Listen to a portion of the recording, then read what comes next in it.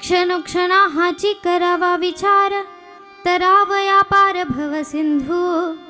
नाशिवंत देह जाणार सकळ, आयुष्य खातो काळ सावधान. संत समागमी धरुणी आवडी, करावी तातडी परमार्थी. नाशिवंत देह जाणार सकळ, आयुष्य खातो काळ सावधान. तुका म्हणे इह लोकीच्या व्यवहारे, नका डोळे धुरे भरुणी राहो.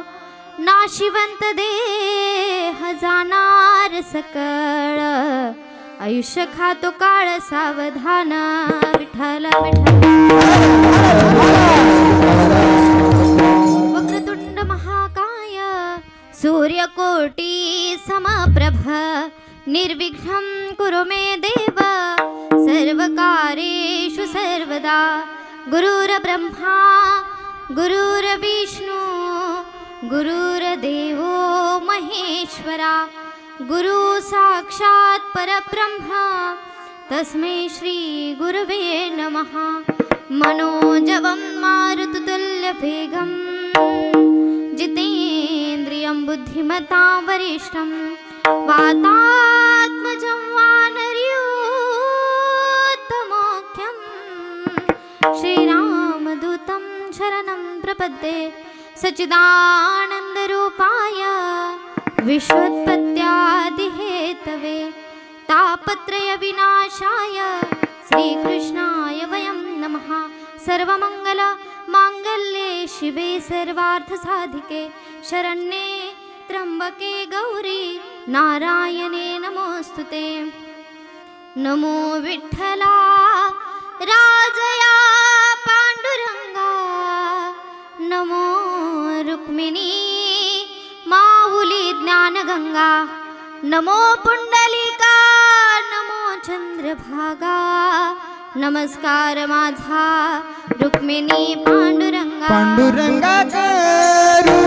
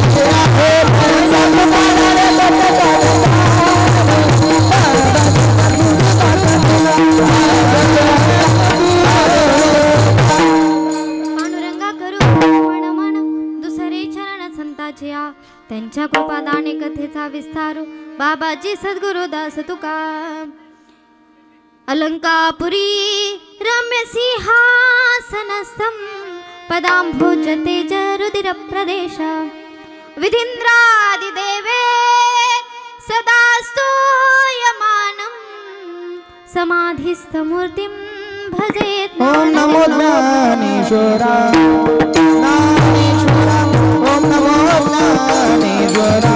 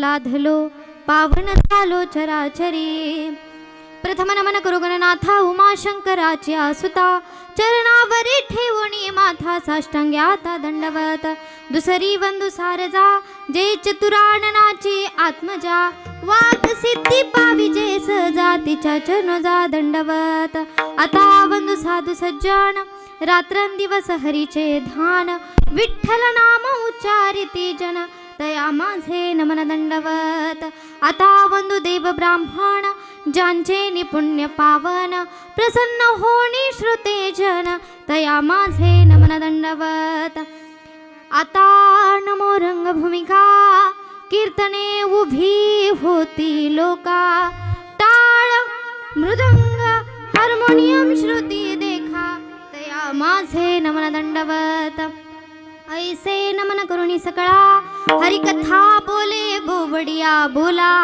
आज्ञानी म्हणून आपुलिया बाळा चालवी सकळा नाम म्हणे विठ्ठल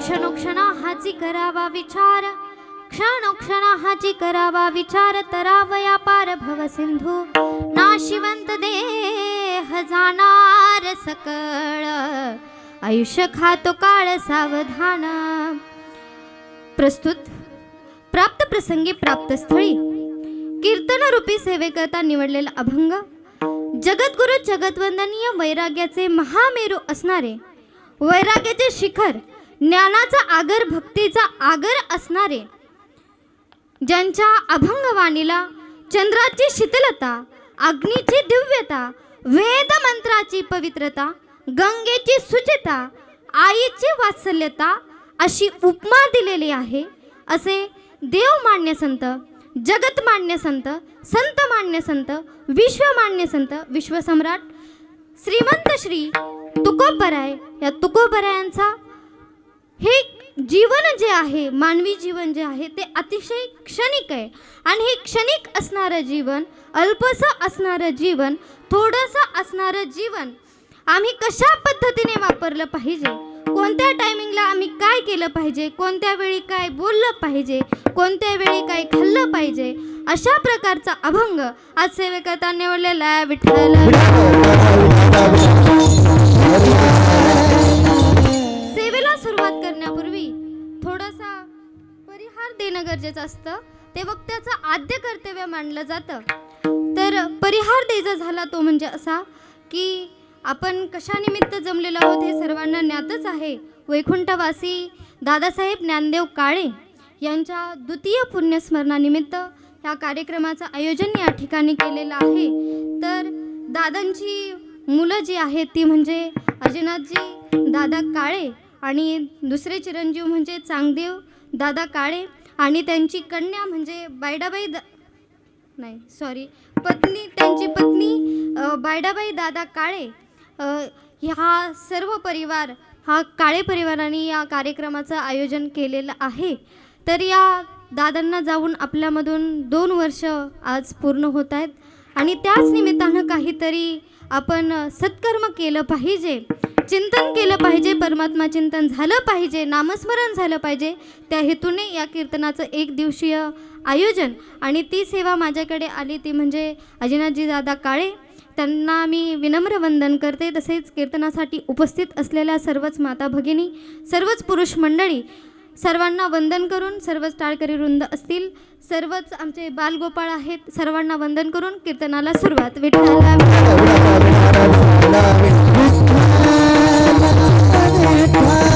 क्षणोक्षणा हाची करावा विचार तरावया पार भव सिंधू, नाशिवंत देह जाणार सकळ आयुष्य खातो काळ सावधान. तर आपल्यामधून जाऊन दादांना काय 2 वर्ष झालेले आहेत, परंतु 2 वर्ष झाले असले तरी पण दादांची आठवण आमच्या कुठे ना कुठे लक्षामध्ये येते, कुठे ना कुठे दादांची आम्हाला आठवण येत असते. दादा म्हणजे मला असं वाटतं की दादांचं एक वेगळंच व्यक्तिमत्व होतं. दादा म्हणजे समाजकार्य पण त्यांच्या हातून घडणार, मुलींना तेवढाच जीव लावणार, सुनांना तेवढाच जीव लावणार. असं नाही की सुनांना वेगळा जीव, सून आहेत तर मग वेगळं त्यांना वागायचं, मुली आहेत तर त्यांना वेगळं वागायचं, असं नाही. सर्वांशी समान वागणं, कुणी आलं तर बोलून चालून राहणं, असे दादांच्या आम्हाला प्रत्येक पावलाला आठवण येतच आहे.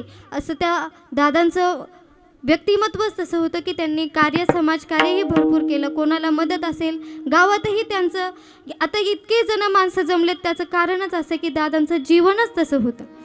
तर दादा जाऊन आपल्यातून गेलेले तरी पण ते दुःख आम्हाला काही सावरण्याची शक्ती बुद्धी आम्हाला भगवान परमात्म्याने दिलेलीच आहे. परंतु दुःख जे असतं ते दुःख आपल्याला सांगता येत नाही. या समाजामध्ये, या जीवनामध्ये जगत असताना कोण माणूस सुखी आहे? कोणच सुखी नाही. सर्वजण कसे आहेत? दुःखीच आहेत. संत कबीर म्हणतात, जो देखे वो दुखिया बाबा सुखिया कोई नहीं रे, जो देखे वो दुखिया बाबा सुखिया कोई नहीं रे, राजा दुखिया प्रजा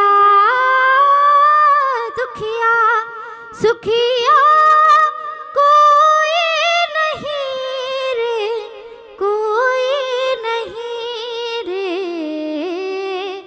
जो देखे वो दुखिया बाबा सुखिया कोई नहीं रे. या विश्वामध्ये, या जगामध्ये सर्वांनाच काही ना काहीतरी दुःख आहे. कोणीच सुखी नाही.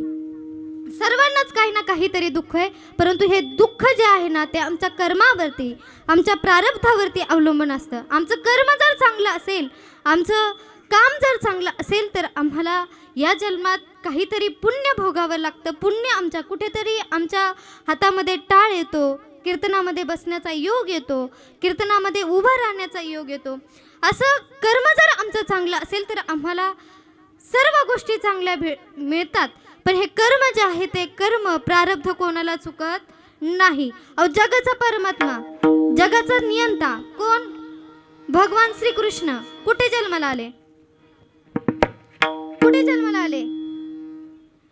बसलेले. झोपले का काय? झोपले नाहीत ना. तसं ऊन फारच लागते, त्यामुळे झोपा काही कोणाला येणार नाहीत. पण तरी पण मला कसं कीर्तनामध्ये तुम्हाला सांगू का, कीर्तनामध्ये जर बोलले माणसं नाहीत तर मला कीर्तन करू वाटत नाही. मग तुम्ही जर म्हणत असला आम्हाला बोलायचंच नाही तर मी पण बोलायचं बंद करते. बघा मग तुम्हाला बोलता येते का नाही येत? बोलू शकता तुम्ही, सगळे बोलू शकता. कीर्तनामध्ये उत्तर आलं तरच कीर्तन रंगतं, नाही तर रंगत नाही. तर भगवान श्रीकृष्ण, माझा प्रश्न असा होता, कुठे जन्माला आले? कारागृहात जन्माला आले. कुठे? कारागृहात. अहो जगाचा मालक आहे तरी पण कुठे जन्माला यावं?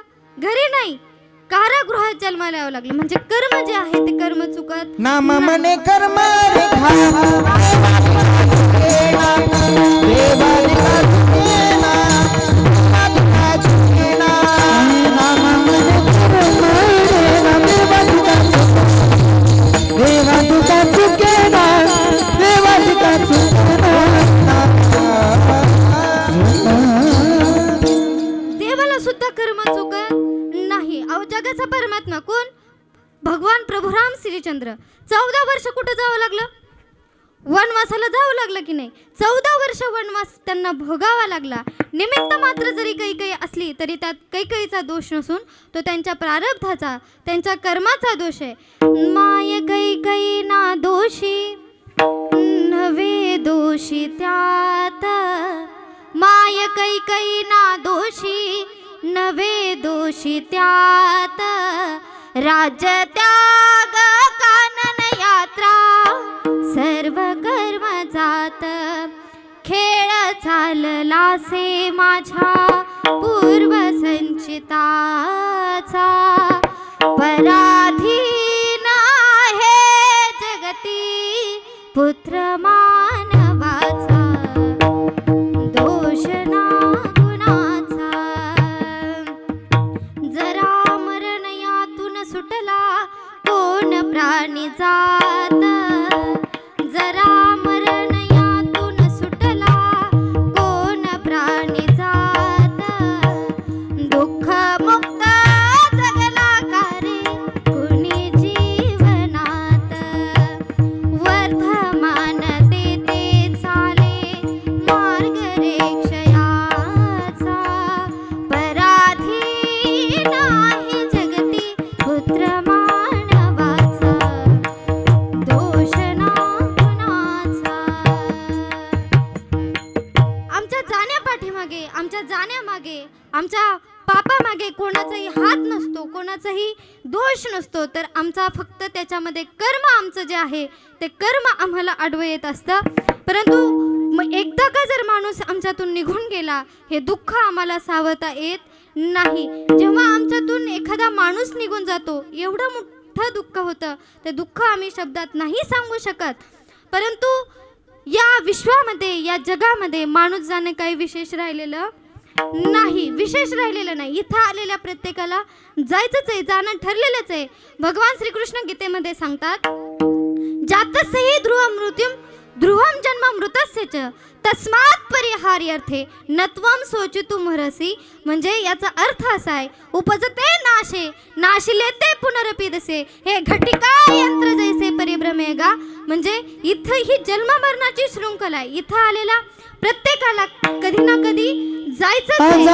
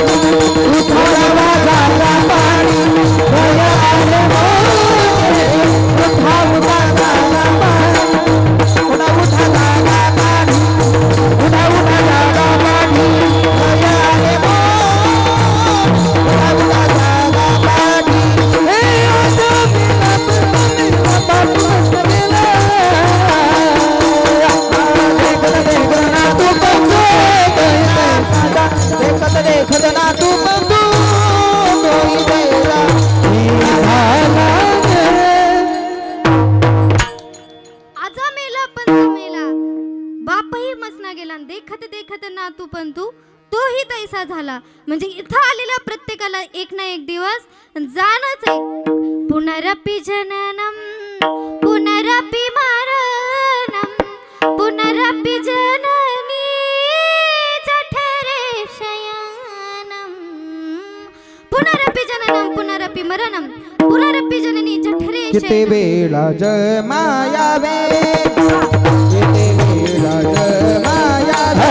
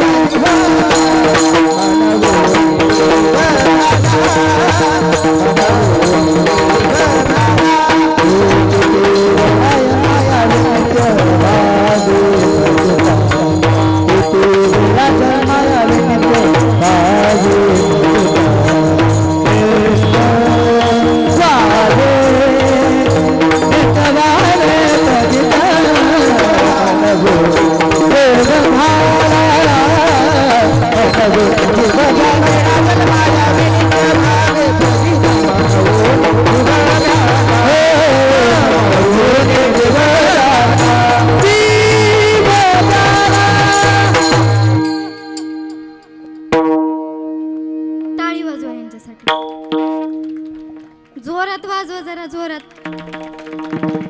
कारण असे कलाकार जन्माला येणं म्हणजे जन्माला आलेत. तुकोबराय सांगतात की हे फक्त हेच धन्य नाहीत, हेच पवित्र नाहीत, फक्त त्यांचं कुळ पण पवित्र आहे. आणि कुळच काय, देश पण पवित्र आहे. पवित्र ते कुळ पावन तो देश, जेथे हरीचे दास जन्म घेती असे. त्यामुळे ह्यांच्यासाठी जरा ह्यांच्यामुळे कीर्तन आहे खरं तर. त्यामुळे जोरात टाळी वाजवा. विठ्ठला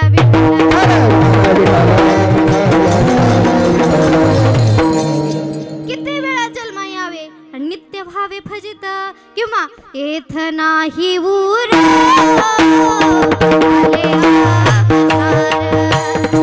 येथ नाही उर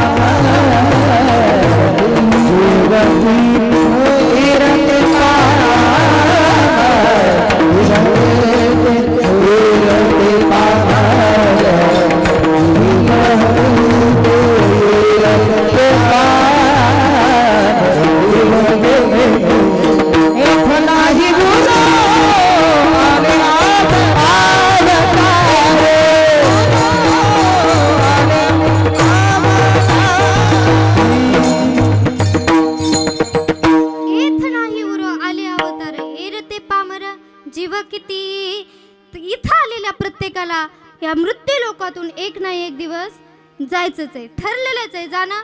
प्रत्येकाला एक ना एक दिवस जायचंच आहे. मी धरून काय, मी कीर्तन करते म्हणून काय मला सुट्टी नाही. बरं तुम्ही सांगा मला, तुमचं काय तारीख वेळ काय तुम्हाला माहिती का, की तुम्ही ह्या तारखेला जाणार आहेत बुवा?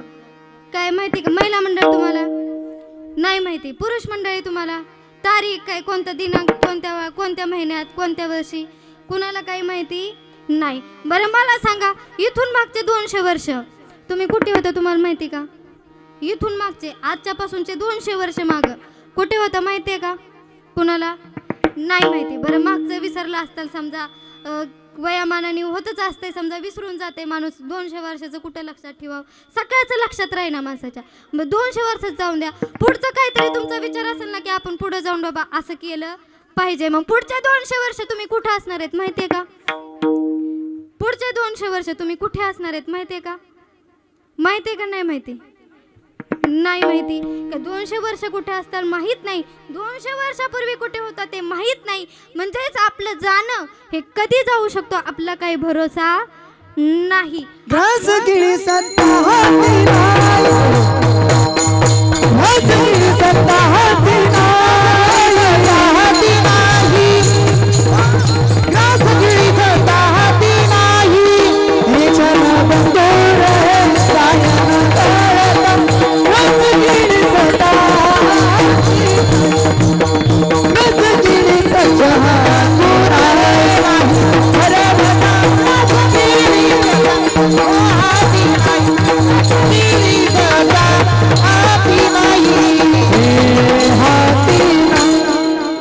सत्ता असेल काही असेल तरी ते आपल्या हातात राहणार नाही. सगळं एक ना एक दिवस आपल्याला सोडून जायचंय.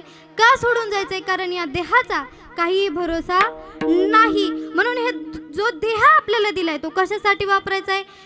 जेणे हा जीव दिला दान, तयाचे करी न चिंतन, जगी जीवन नारायण गायन गुणगान तयाचे. भगवंताने आपल्याला हा देह दिलाय. तो देह भगवंतासाठी, भगवंताच्या नामचिंतनासाठी, सत्कर्मासाठी वापरायचा आहे.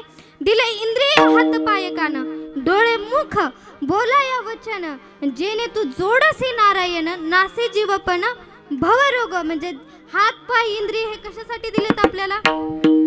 कशासाठी दिलेत? शिव्या द्यायसाठी, काम करायसाठी, कशासाठी नेमकं? तुम्ही काय वापर करता त्याचा? जेवायसाठी. देह जना गोमटा, ओ देह दिला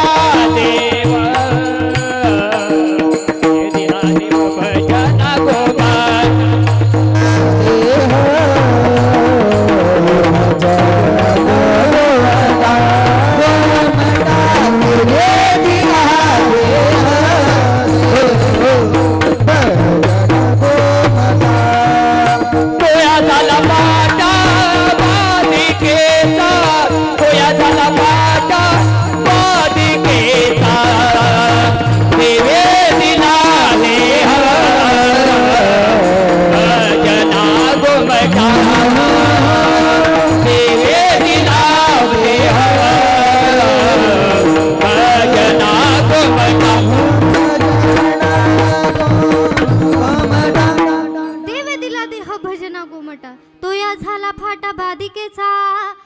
देवानी आपल्याला आमच्याकडून ते काय होत नाही. नामस्मरण आमच्याकडून होत नाही, भगवत चिंतन आमच्याकडून होत नाही, परमात्मा चिंतन आम्ही करत नाही.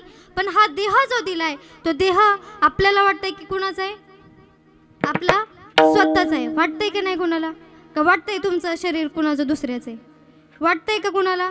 इथं बसलेल्यांपैकी वाटत असलं तर माझ्याकडून 1 रुपयाचं बक्षीस घेऊन जा. वाटतंय का कुणाला? नाही वाटत. कारण का आपण काय म्हणत असतो? हा देह कुणाचा आहे? माझा आहे. माझा आहे हा देह. जे काही हात माझे, तोंड माझे, पाय माझे, काय सगळं जे आहे ते कोणाचं आहे? माझं आहे. चलता चलता माणसं म्हणतात हे बघा इथून ते तिकडे दिसतंय ना, इथून ते तिथपर्यंत 20 एकर जमीन कुणाची? कुणाची? माझी. माझी मला देऊन टाकली होय तुम्ही. इथून ते इथपर्यंत 20 एकर जमीन माझी.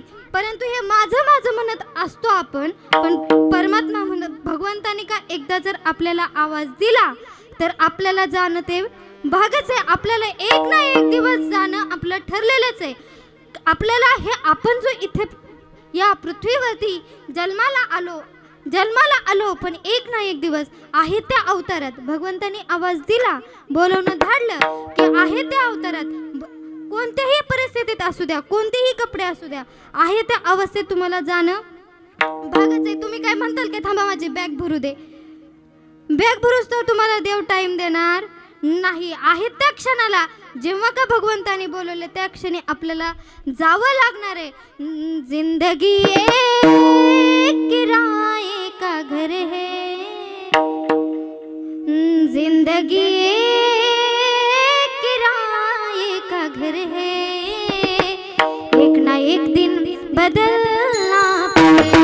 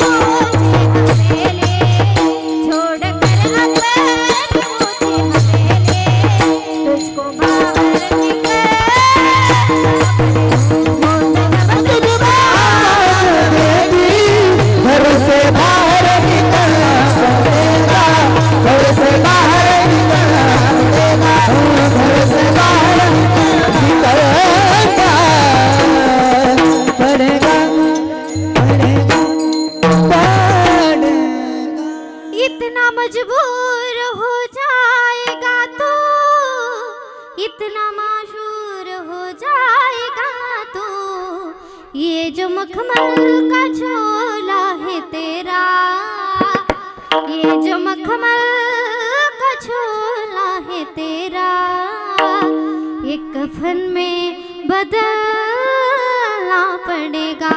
मौत जब तुझको आवाज देगी, घर से बाहर निकलना पडेगा। जेव्हा कधी आम्हाला भगवान परमात्मा आवाज देईल तेव्हा आम्हाला जाणं भागच आहे। आपण 4 दिवसाचं आयुष्य, 4च दिवसाचं आयुष्य, जास्त दिवस आम्हाला काही टिकता येत नाही। कधी भगवान परमात्मा आम्हाला आवाज देईल सांगता येत नाही। 4 दिन की जिंदगी 4 दिन का मेला है, 4 दिन की जिंदगी 4 दिन का मेला है। आया तू अकेला जग में, आया तू अकेला जग में, जाए भी अकेला है। 4 दिन की जिंदगी 4 दिन का मेला, 4 दिन की जिंदगी 4 दिन का मेला है। कोडी कोडी माया जोड़ी, कोडी कोडी माया जोड़ी, बन बैठा घरोटी, साथ नहीं जाए बनने, साथ नहीं जाए बनने, एक भी ढेला है।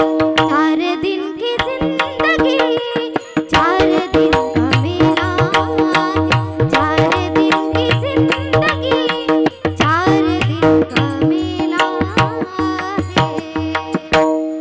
4च दिवसाचं आयुष्य, हे शरीर जे आहे ते आम्हाला सहज प्राप्त होत नाही। कुठेतरी आम्हाला 84 लक्ष योनी फिरून आम्हाला हा मानव देह भेटत असतो, सहज भेटत नाही, पण सहज आम्ही वाया घालवतो। आम्हाला काही हा नरदेह सहज भेटत नाही, परंतु आम्ही सहज सहज बसल्या बसल्या होणार देह दुर्लभ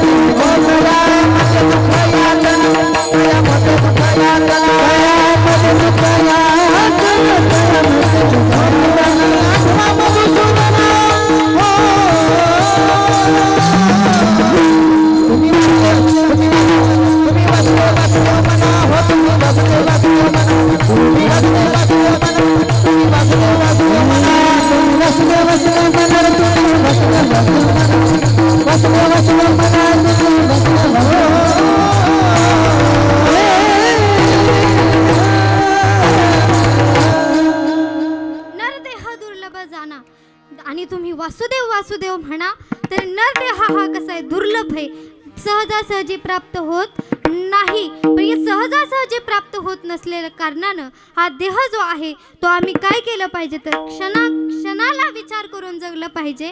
हेच अभंगाचं प्रथम चरण। क्षण क्षणा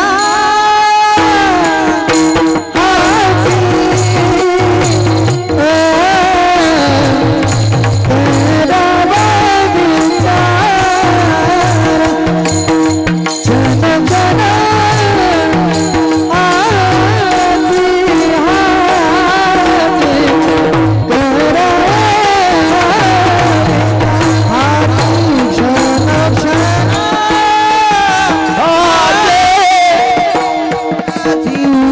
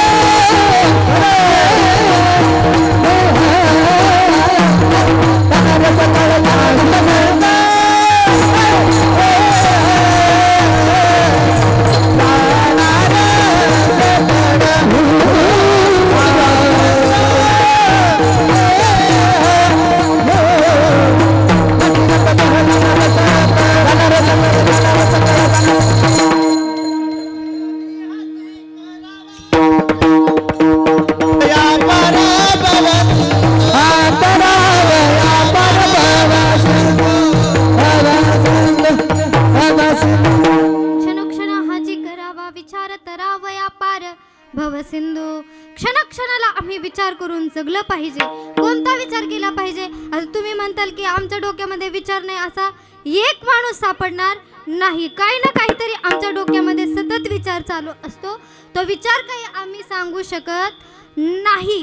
विचार किती येतात आमच्या डोक्यामध्ये? तुम्ही म्हणता विचार करा, विचार करा. कोणता विचार करा? तर सत्य असणारा विचार आम्ही केला पाहिजे. सत्य असणारा, चिरकाल टिकणारा विचार आम्ही केला पाहिजे. सार विचार खरा मोठा मोठे, सार विचार खरा मोठा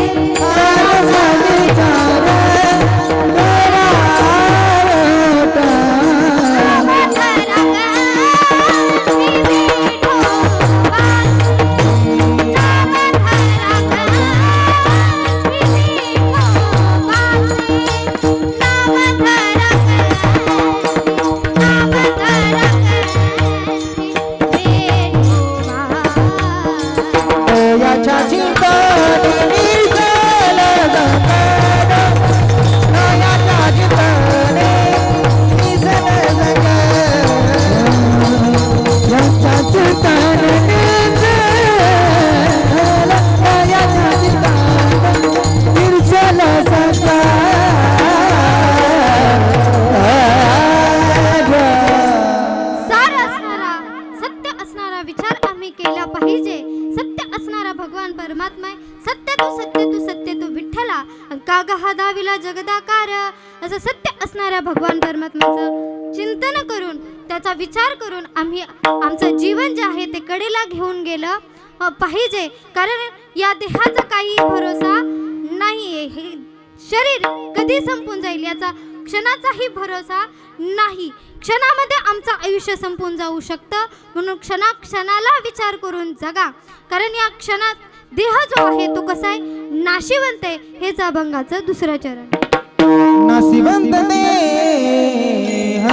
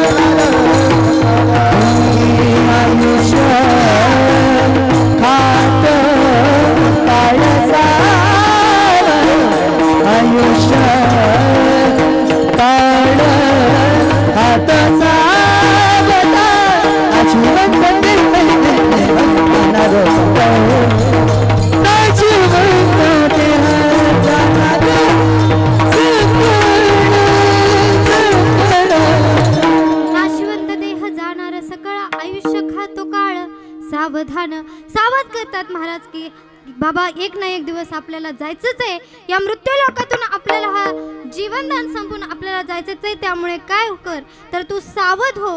आणि सावध हो तर काय, काळाचा भरोसा नाही. कोणे दिवशी यमयेती चालून, कोणे दिवशी प्राण जाती घेऊन, कोणे दिवशी स्मशानी जाऊन एकटे रहावे समयासे सादर व्हावे. समयाला सादर व्हा. एक ना एक दिवस आपल्याला काळ येणार आहे, काळ घेऊन जाणार आहे. घडी घडी काळ वाट ह्याची पाहे आणि अजून किती आहे अवकाश. काळ आपली वाट बघत आहे की ह्याचं आयुष्य किती राहिले आणि एकदा का आपलं आयुष्य संपलं की काळ आपल्याला घेऊन गेल्याशिवाय राहणार जैसा गावंदीर घेऊन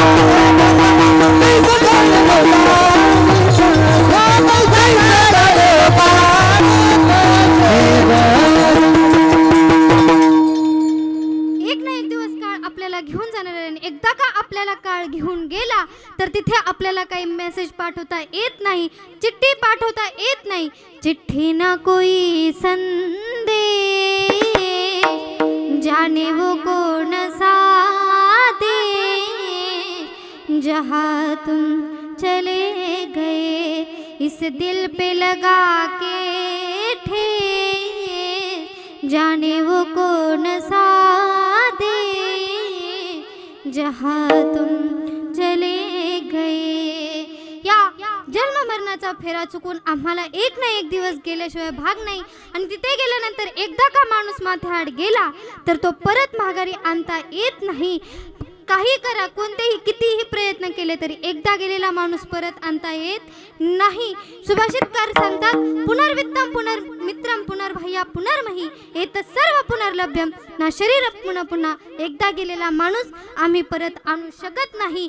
पण जेव्हा का आमच्या मधून आमचे वडील किंवा आई निघून जाते त्यावेळेस आमच्यावरचं छत्र जे आहे, कारण वडील जे आहेत ते आपल्या लेकराचा आधार, जीवनाला आकार देणारे असतात आणि तेच का जर आमच्या जीवनामधून, आमच्या आयुष्यामधून निघून गेले तर एक जीवनाचा आधार जो आहे तो आधार संपून जातो आणि आधार संपून गेल्यानंतर आयुष्य थोडं खचल्यासारखं होतं. कारण आधारच राहिला नाही तर आयुष्य जे आहे आपलं ते कडेला जाण्यासाठी थोडी कठीणाई होते.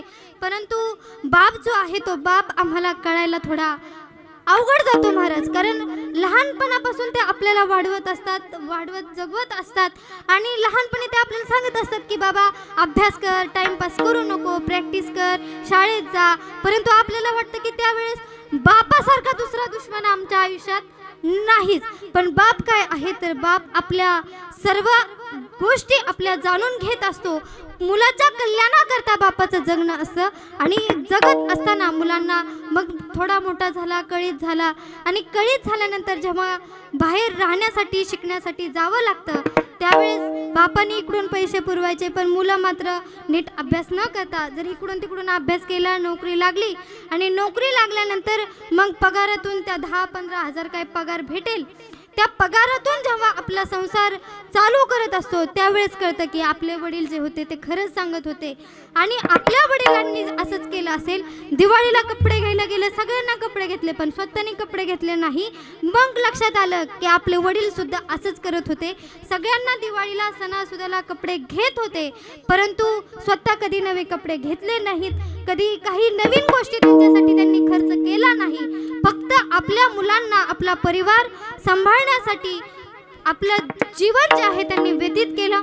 खरं सांगू, इथं बसलेल्या सर्वांना माझी विनंती की एक वेळेस देव नाराज झाला तरी चालेल, एक वेळेस देव नाराज झाला तरी चालेल पण आपला बाप नाराज होता कामा नाही. कारण त्या बापामुळे आपल्याला कोणापुढे झुकण्याची गरज मला तरी आतापर्यंत पडली नाही आणि इथून पुढेही पडणार नाही. एवढे त्या वडिलांचे आपल्यावरती उपकार असतात. एवढं सगळं जगतोय, वैभवशाली जगतोय त्याचं कारण म्हणजे आपल्या बापांनी, आपल्या वडिलांनी कष्ट केलेत.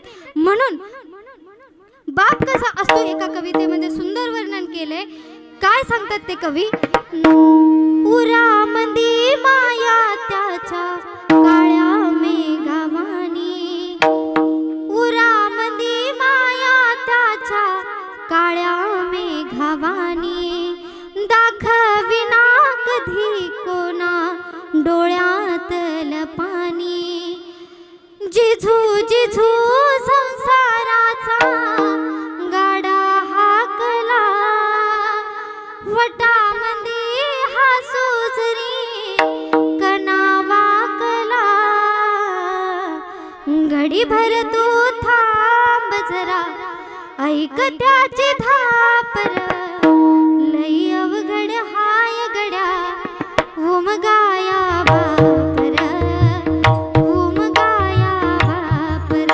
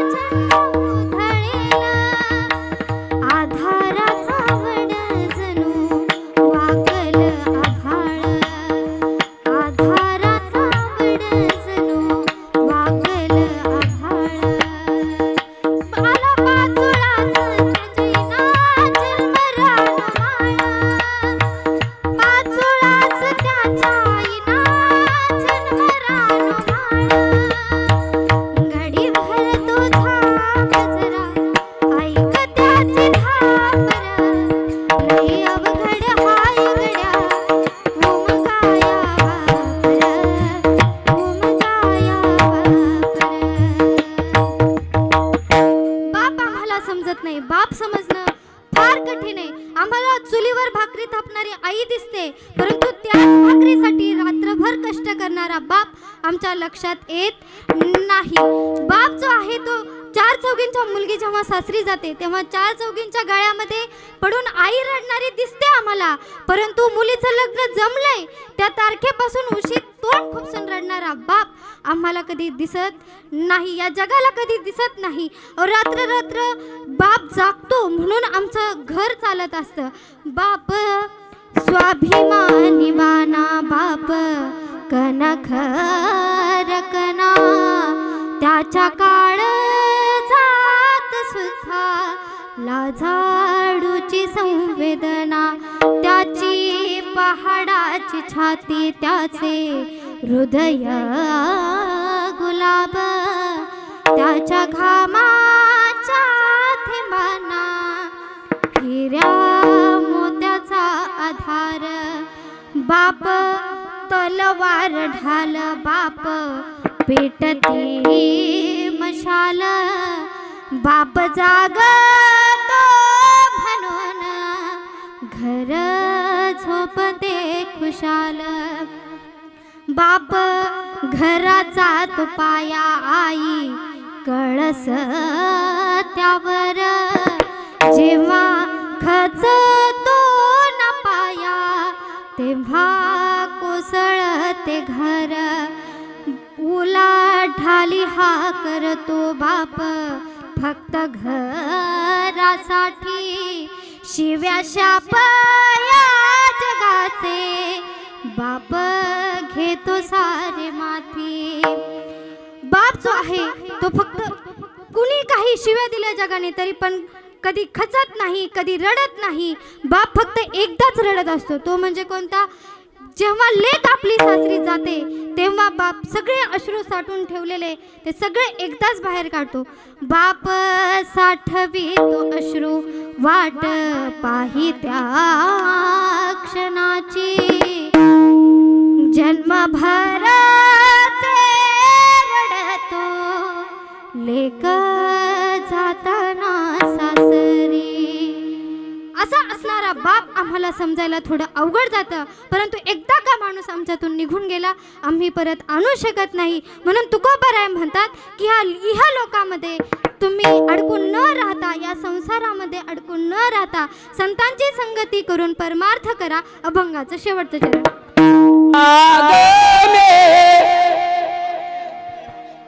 तुका म्हणे तुका म्हणे लोकी चलवार, तुका म्हणे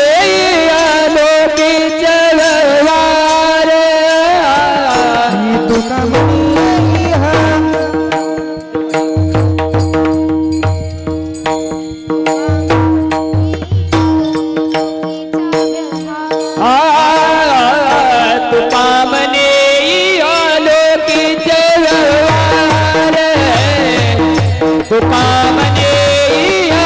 लोकी चलवार,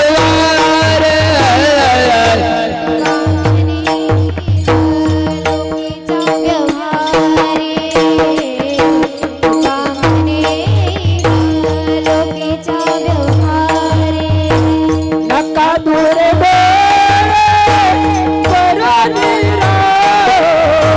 नका डोळे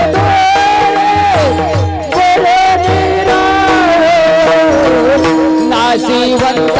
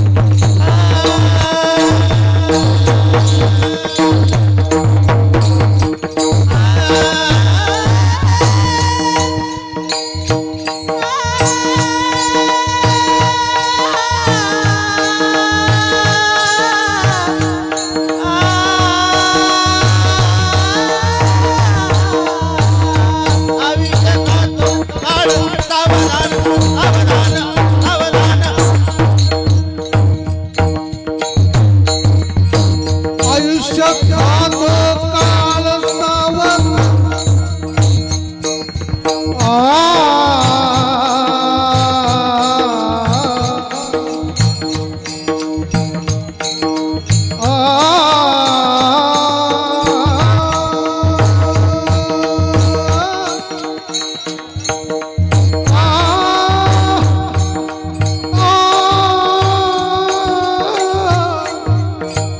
आयुष्य खातो काळ सावध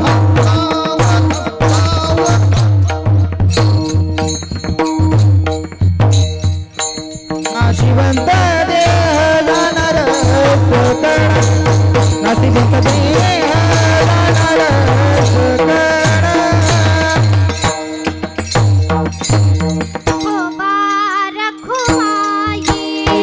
विठोबा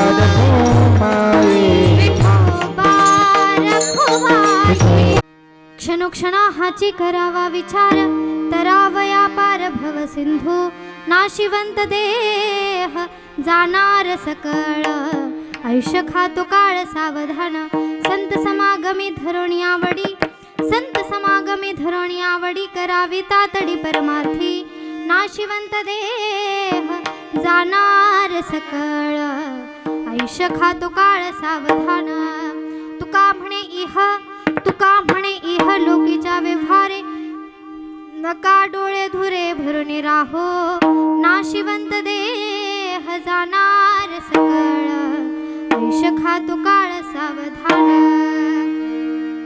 झालेली सेवा भगवंताच्या चरणी तुम्हा सर्व श्रोत्यांच्या चरणी दादांच्या चरणी अर्पण करून सेवेला पूर्णविराम देण्यास तर कीर्तनासाठी उपस्थित असलेले महाराष्ट्राचा बुलंद आवाज गायनाचार्य संगीत विशारद असणारे रामजी महाराज काळे त्यांनाही माझं वंदन आहे. कीर्तनासाठी त्यांनी अतिशय गोड साथ दिली कारण कीर्तनासाठी उपस्थित तसेच असणारे महाराष्ट्राचे सुप्रसिद्ध गायक माऊली महाराज गदादे आमचे बंधू तेही कीर्तनासाठी उपस्थित होते. त्यांनाही वंदन आहे. तसेच मृदंगाचार्य ज्यांची महाराष्ट्रातच नाही महाराष्ट्राच्या बाहेरही ख्याती आहे आपणा सर्वांना ज्ञातच आहे असे असणारे सर्वेश्वर महाराज गदादे त्यांनाही मी वंदन करते आभार मानते. तसेच माझ्या कीर्तनासाठी आवर्जून उपस्थित असलेले आमचे श्री सर्वेश्वर आध्यात्मिक बालसंस्कार वारकरी शिक्षण संस्थेचे विद्यार्थी सर्वच उपस्थित आहेत. अतिशय नाचून गाऊन त्यांनी साथ केलेली आहे त्यांनाही माझं वंदन आहे. तसेच गावातील सर्व भजनी मंडळी असतील अप्पासाहेब महाराज आहेत आनारसे महाराज आहेत आनारसेच ना गार्डी लक्षात विसरून गेले मी गार्डी महाराज आहेत पिंपळवाडीचे महाराज सोनटके महाराज आहेत. तसेच दादासाहेब महाराज आहेत. अजून पलीकडे विनेकरी बाबा आहेत नाना महाराज खैरे आहेत जे मामाश्री तसेच सिद्धिताई आहेत आणि कीर्तनासाठी मृदंगाची साथ करत आहेत ते म्हणजे आदित्य महाराज काळे त्यांचाच परिवार आहे. आणि कीर्तनासाठी विशेष म्हणजे उपस्थिती आहे ते म्हणजे राऊतताई त्यांनाही माझं वंदन आहे. वेळात वेळ काढून तुम्ही बसलेले आहात. तसेच आदरणीय खेडकर साहेब आहेत त्यांनाही माझं वंदन आहे. तसेच गुरुजन मंडळी समोर बसलेले आहेत ते मग घरी आल्यानंतर म्हणतात तुमच्यासारखी मुलं कुठंच पाहायला भेटत नाहीत परंतु रोपट्याला पाणी त्यांनी घातलंय महाराज घडवायचं कामच त्यांनी केलंय. मूर्ती घडवणारा जसा मूर्ती घडवतो तसंच गदादे सर असतील मागे आढाव सर ही बसलेले आहेत. तुम्हा सर्वांना माझं वंदन आहे. तसेच बहुमन आबा आहेत आता सर्वच विद्यार्थ्यांचे पालक आहेत सर्वच सरपंच गदादे सर धुमाळ पाटील तेही कीर्तनासाठी उपस्थित आहेत त्यांनाही माझं वंदन आहे. तशाच आमच्या मैत्रिणी त्यांचा परिवार आहे त्याही कीर्तनासाठी उपस्थित आहेत. तसेच कीर्तनासाठी उपस्थित असलेले माझे गुरुवर्य वडीलही तेच आहेत आणि गुरुवर्यही तेच आहेत ते असे म्हणजे श्री सर्वेश्वर आध्यात्मिक बालसंस्कार वारकरी शिक्षण संस्थेचे अध्यक्ष संचालक तेच आहेत असे असणारे आदरणीय हरिभक्तपरायण कीर्तनकार मृदंगाचार्य गायन सम्राट शहाजी महाराज गदादे तेही माझ्या कीर्तनासाठी उपस्थित आहेत त्यांनाही माझं वंदन आहे. तसेच आमच्या मातोश्री त्याही माझ्या कीर्तनासाठी उपस्थित आहेत त्यांनाही माझं वंदन आहे. आणि सर्वांनीच गोड अशी साथ दिली त्याबद्दल तुम्हा सर्वांचं वंदन आहे. तसेच शूटिंगवाले तुम्हालाही धन्यवाद. आपली परंपरा यूट्यूब चॅनल या माध्यमातून ते शूटिंग करत असतात.